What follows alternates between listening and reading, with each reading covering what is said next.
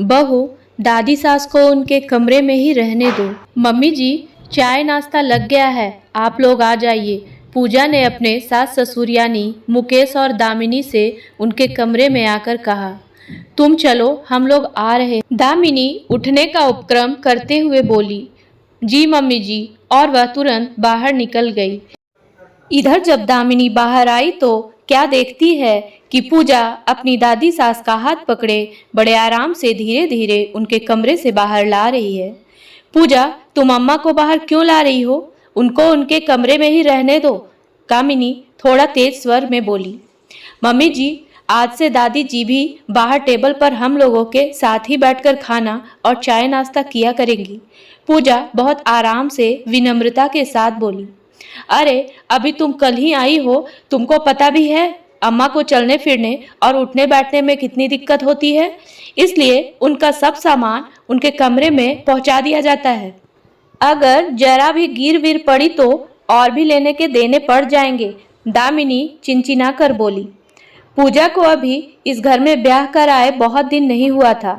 शादी के बाद वह घूमने चली गई और फिर पग फेरे की रस्म के लिए मायके, और अभी 2 दिन पहले ही गौने की विदा से ससुराल लौटी थी।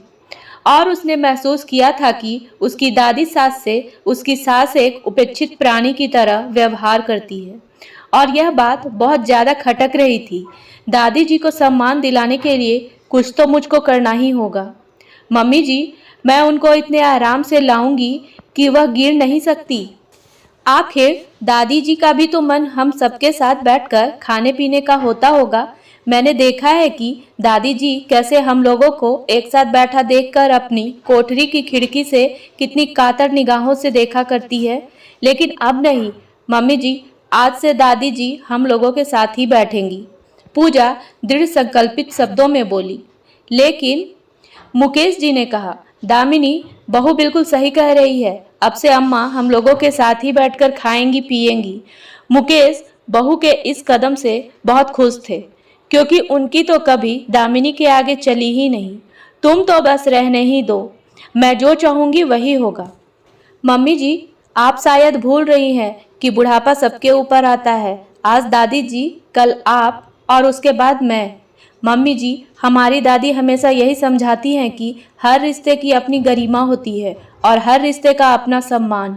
यह रिश्ते अगर खिचड़ी ना बनने दिए जाए तभी ज़्यादा अच्छा है। पूजा ने अपने शब्द जानबूझकर अधूरे छोड़ दी।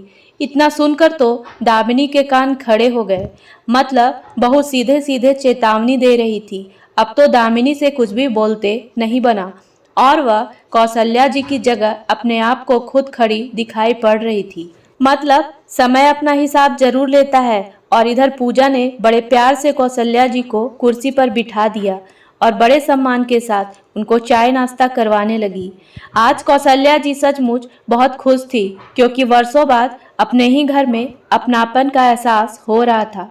उम्मीद है दोस्तों कहानी पसंद आई होगी, तो मेरे वीडियो को लाइक करें और मेरे चैनल को सब्सक्राइब करना ना भूलें। धन्यवाद।